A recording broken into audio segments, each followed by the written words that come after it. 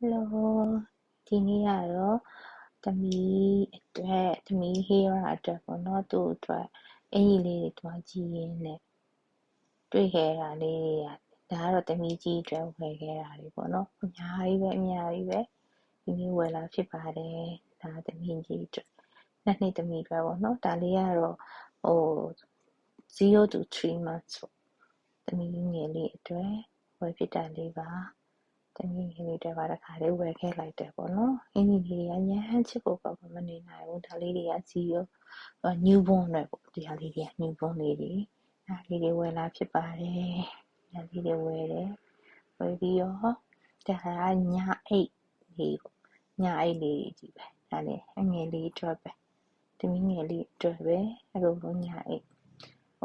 သမီးကမမွေးသေးဘူးဒီမှာအင်းကြီးတွေကရောက်နေပြီချစ်စရာလေးညီတော့ဘလို့မှမနေနိုင်တော့ဒီနေ့သွားတဲ့အချိန်လေးမှာတော့ကြီးပွဲလာတာတွေကိုမနေဘူးတရက်တည်းနဲ့ကြည့်လိုက်တော့ဒါလေးဆို newborn လေးတွေပေါ့နော်ရမ်းချစ်ဖို့ကောင်းပါတယ်ရှေ့က push လေးဆိုရင်လည်းဒါချစ်ဖို့ကောင်းတယ်သူကတော့နည်းနည်း3 to 6 months ပဲရောက်သွားတော့ဒါလေးတွေကကြတော့လေဒီပါဦး newborn လေးတွေဘယ်လောက်ချစ်ဖို့ကောင်းလဲချစ်စရာလေးတွေပါ